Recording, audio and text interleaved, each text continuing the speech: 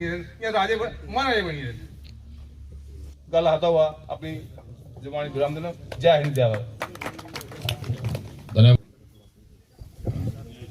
ਤੁਹਾਨੂੰ ਇੱਕ ਨਾਰਾ ਲੱਗਾ ਜੋਰੀਆ ਤੁਸੀਂ की भारतीय जनता पार्टी जिंदाबाद, भारतीय जनता पार्टी जिंदाबाद, नरेंद्र भाई मोदी जी जिंदाबाद। ਧੰਨਵਾਦ। ਜਿਹੜੇ ਮਹਿਕਮੇ ਦੀ ਗੱਲਾਂ ਇਹ ਕਰਾ ਦੇਣਾ ਤੁਸੀਂ ਸਾਰੇ ਕੰਨਾ ਖੜੋ ਜੋਟੀਆ ਸਾਹਿਬ ਨੇ ਬੱਲਾ ਬੱਲਾ ਸਾਰੇ ਲੋੜ ਨਹੀਂ ਹੈ ਸਾਥੀਓ, बस अपना इकट्ठ बनाई रखियो, बाकी ऐसी कोई गल नहीं है। मैं रिक्वेस्ट करना जसरोटिया साहब अपने शो करने दे आगे।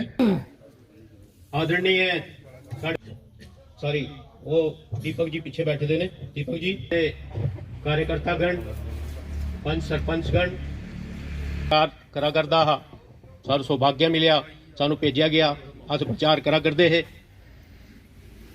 तो मैं कल ही आया तो मिकी जी पता चलिया कि बैठक है, खैर एजेंडा पता नहीं, मैं सोचा शायद पंचायती इलैक्शन का एजेंडा है, लेकिन इत्थे आइए पता चलिया बड़ा खुशी हुई कि एक केंद्र तो केंद्रीय मंत्री साढ़े आ रहे ने ते प्लस साढ़े अपने मंत्री साहब भी आ रहे कन्ने, राजीव जी पूरी तरीके कन्ने उन्होंने इंतजाम करनगे। लेकिन कुछ हमने रखी थी क्योंकि honourable MOSPMO doctor Jitendra Singh ji और इस सरकार में मंत्री मेरे बड़े भाई जावेद राणा साहब 8 तारीख को तय हुआ है कि जसरोटा में एक कोई 11 के लगभग PHE की जल शक्ति डिपार्टमेंट की जो स्कीम्स हैं जो जसरोटा में एग्जीक्यूट हुई हैं वो लगभग कंप्लीशन पे हैं, उनका उद्घाटन करेंगे वो और लोगों को समर्पित करेंगे। आज की बैठक इसलिए बुलाई गई थी, कार्यकर्ता साथियों को सबको एक मैसेज दिया गया है कि अपने अपने, क्योंकि जसरोटा आप सब जानते हैं कि कंडी का क्षेत्र है और सबसे बड़ी समस्या पानी की समस्या यहाँ रहती है और इस जसरोटा में लगभग 319 करोड़ की स्कीम जल शक्ति में डिपार्टमेंट ने रखी है जसरोटा कॉन्स्टिट्यूंसी के लिए और लगभग 80 स्कीम्स हैं, उसमें से कोई 20-25 स्कीमें हम on the verge of completion है, किसी में कुछ थोड़ा बहुत जो काम बाकी है, पर 11 के लगभग स्कीम्स उस दिन हम एक ही जगह से जसरोटा जो मेरे सरपंच साहब हैं सुदर्शन जी वहाँ के, इन्हीं की पंचायत में हो रही है। इनको भी बहुत बड़ी मुबारक है और सब तैयारियां मुकम्मल हों और तरीके से प्रॉपर से जो आए हुए दोनों मंत्री साहिबान हैं डॉक्टर जितेंद्र सिंह जी और जावेद राणा साहब, इनका अच्छी तरीके से स्वागत हो और लोगों को, जावेद राणा साहब के पास फॉरेस्ट डिपार्टमेंट भी है, फॉरेस्ट के बड़े सारे कंसर्न्स हैं, इश्यूज़ हैं, उन सब इश्यूज़ को लेकर उसी दिन हम सभी बातें रखेंगे। और आज सारे कार्यकर्ता है, आपके माध्यम से इनका भी धन्यवाद करना चाहता हूँ। जसरोटा कॉन्स्टिट्यूंसी के तमाम साथियों को मैं निवेदन करना चाहता हूँ आपके माध्यम से कि 8 तारीख को 12 बजे के करीब दोनों मंत्री साहिबान आएंगे, आप सब भी अपनी शमूलियत करें। बहुत बहुत शुक्रिया। जिस तरह से आज मीटिंग हुई है यहाँ पर और लोगों ने अपनी समस्याएं बताई हैं कि आज भी जो है जो एडमिनिस्ट्रेशन है, प्रशासन है, काफ़ी हावी है, लोगों की इस बातों को नहीं सुना जा रहा, उस पर आपका क्या? देखिए, मैं आपकी बात से सहमत हूँ, जो आपने बात कही उस बात से मैं सहमत हूँ और लगभग 7-8 वर्ष से ये सिलसिला चल रहा है। अब इनको उस मोड से इस मोड में आने को जब तक ये रियलाइज़ करें, sooner they realise better it is for them, कि अब चुने हुए लोगों की सरकार है, चुने हुए नुमाइंदे हैं, आहिस्ता आहिस्ता करके इनको उस ट्रैक पे लाने का हमारा प्रयास है। और जो लोगों के इश्यूज़ हैं आपके माध्यम से इनको इश्योर करना चाहता हूँ कि एडमिनिस्ट्रेशन को जहाँ भी सख्ती से ज़रूरत होगी सख्ती से पेश आएंगे। जो भी इश्यूज़ हैं, लोगों की ग्रीवेंसेस हैं, वो हमारे लिए प्रायोरिटीज़ हैं, ना कि ब्यूरोक्रेसी, और इनको भी अपना रवैया बदलने का इनको भी प्रयास और कोशिश करनी। जिस तरह से हमने सुना कि लोगों ने पेड़ों की कटाई की बात की है कि कहीं पे टाइम पीरियड ख़त्म हो चुका है, उनकी पेड़ नहीं कटे, और कहीं पे हमने ये भी देखा है कि गैर कानूनी तरीके से भी जो है वो पेड़ काटे गए हैं क्योंकि उन पेड़ों का कोई टाइम पीरियड नहीं था और वो बिना टाइम पीरियड के जो थे उस इलाके से जो। देखिए, बड़े दुर्भाग्यपूर्ण बात है कि खैर जो ट्री है इसकी फैलिंग की परमिशन पहले 10-15 साल ये लटका रहा सुप्रीम कोर्ट ने फैसला किया तो हमारी ही सरकार थी, पिछली जो सरकार थी, तो हमने इसमें बड़ा इनिशिएटिव लिया और उसके बाद ये सारा वर्कआउट करने के बाद लोगों को परमिशन मिलना शुरू हुई और ठीक कहा आपने, क्योंकि इसका एक मैनेजमेंट प्लान बनता है, मैनेजमेंट प्लान से ये निकल जाए तो इनको रोटेशन में 8-10 साल फिर इंतज़ार करना पड़ता है।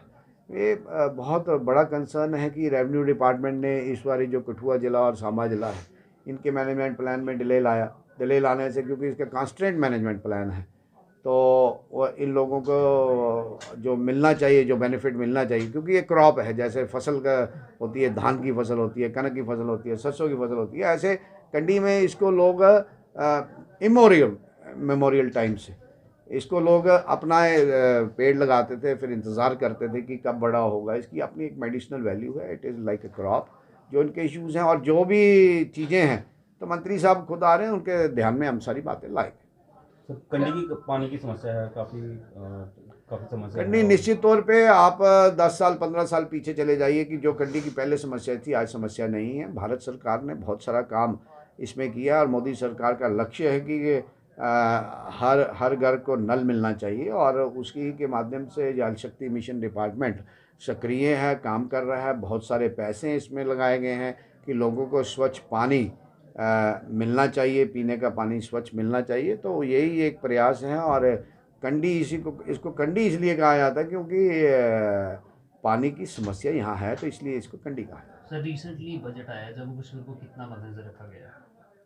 देखिए, मैं टू बी वेरी ऑनेस्ट, मैं अभी गो थ्रू नहीं हुआ हूँ, मगर जो ड्यू शेयर मिलना चाहिए जम्मू कश्मीर को, मेरे ख्याल वो सरकार ने देने की कोशिश की है। अगर कोई इन्हेंसमेंट, क्योंकि हमारा भी बजट सेशन लगेगा, तो उसमें भी जो बातें होंगी बजट को लेकर, फाइनेंस को लेकर जो भी बातें होंगी, और हम कलेक्टिवली फाइट करेंगे, क्योंकि ठीक है हम अपोजिशन के लोग हैं, बट अपोजिशन के साथ साथ हमारी लोगों के प्रति एक जिम्मेवारी है। लोगों को उस जिम्मेवारी को निभाते हुए लोगों के लिए हम काम करें।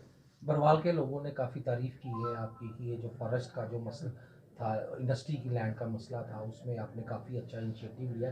क्या लोगों नहीं, हमारा और बरवाल के लोगों का यही कंसर्न है कि अगर सरकार की लैंड है कि हमें कोई हित नहीं है, सरकार इस्तेमाल करे, मगर सरकार थिकली पॉपुलेटेड और थिकली वेजिटेटेड एरिया है, क्यों करे? जब आपके पास लैंड अवेलेबल है और लेफ्ट आउट लैंड अवेलेबल है, पहले आप उसको एग्जॉस्ट कीजिए, उस ऑप्शन को एग्जॉस्ट कीजिए, उसके बाद आप जाइए। आप पिक एंड चूज़ करेंगे कि पूरी कंडी को आप बर्बाद करने, और थिकली पॉपुलेटेड और थिकली वेजिटेटेड एरिया है, लंग्स है कठुआ का। तो जहाँ लोगों का कंसर्न है, it is not a matter of appreciation, it is a matter of concern, लोगों का भी है। और दूसरा, इंडस्ट्री आएंगी, रिसोर्सेज इस्तेमाल करेंगे, हवा हमारी, पानी हमारा, ज़मीन हमारी, बिजली हमारी, और हमारे लोगों को रोज़गार भी नहीं देंगे।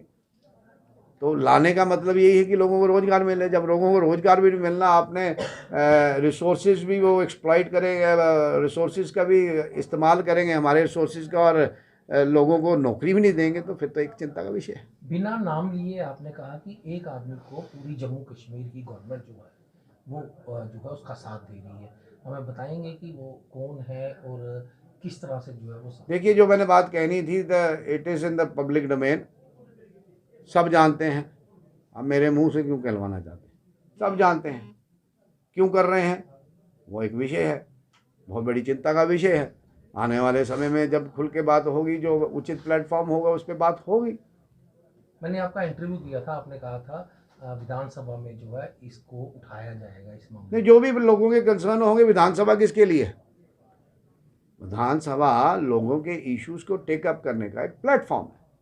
तो विधानसभा में जो लोगों के हित से रिलेटेड जो भी इश्यूज होंगे, वो उनको हम डिस्कस करेंगे और लेके जाएंगे। हमें विधानसभा अधिकार देती है 10 स्टार्ड, 10 अनस्टार्ड, 4 रेजोल्यूशंस, 3 बिल्स, हम पूछ सकते हैं। फिर कॉलिंग अटेंशन रहता है, फिर उसके बाद 0 और रहता है। जो भी अपॉर्चुनिटी विधानसभा मिलेगी उसको इस्तेमाल करेंगे to the best use of the people. Sir recently chief secretary साहब आए थे, उन्होंने कहा है कि इंडस्ट्रियल पॉलिसी की एक्सटेंशन की बात सेंट्रल गवर्नमेंट से चल रही है, क्या सर आप उसके पक्ष में हैं? मैं कह रहा हूँ सरकार करे एक्सटेंशन, हम विरोध में कहाँ हैं? हम कहीं नहीं विरोध में हैं, मगर कोई भी environment plus development, industrialisation, roads, building, इनका सबका एक मैकेनिज्म होना चाहिए। ऐसे नहीं है कि कहीं से एक पिक एंड चूज, जहाँ लोग बड़ी, आप उठाइए उदाहरण, आप शुरू हो जाइए हटली मोड़ से, शुरू हो जाइए बसंतपुर से लेकर घाटी तक, ये सारा थिकली पॉपुलेटेड एरिया, हमारा यही कंसर्न है। We are not against industry, हमारा कंसर्न है कि कोई नॉर्म्स, कोई गाइडलाइंस, कोई एनजीटी की गाइडलाइन, किसी ने गेट में से निकलना तो कहते हमारे एनजीटी की गाइडलाइन है। क्या इंडस्ट्रीज के लिए एनजीटी की गाइडलाइंस नहीं? ये सारा एक विषय है, क्योंकि हम रिप्रेजेंट करते हैं, लोगों की नुमाइंदगी करते हैं, लोगों की बात तो रखेंगे। क्या आने वाले दिनों में अगर ये बरवाल का मसला जो है सॉल्व नहीं होता तो एनजीटी में जाया जाएगा? लोगों का जो भी ऑप्शंस अवेलेबल हैं उन ऑप्शंस को हम अवेल करेंगे।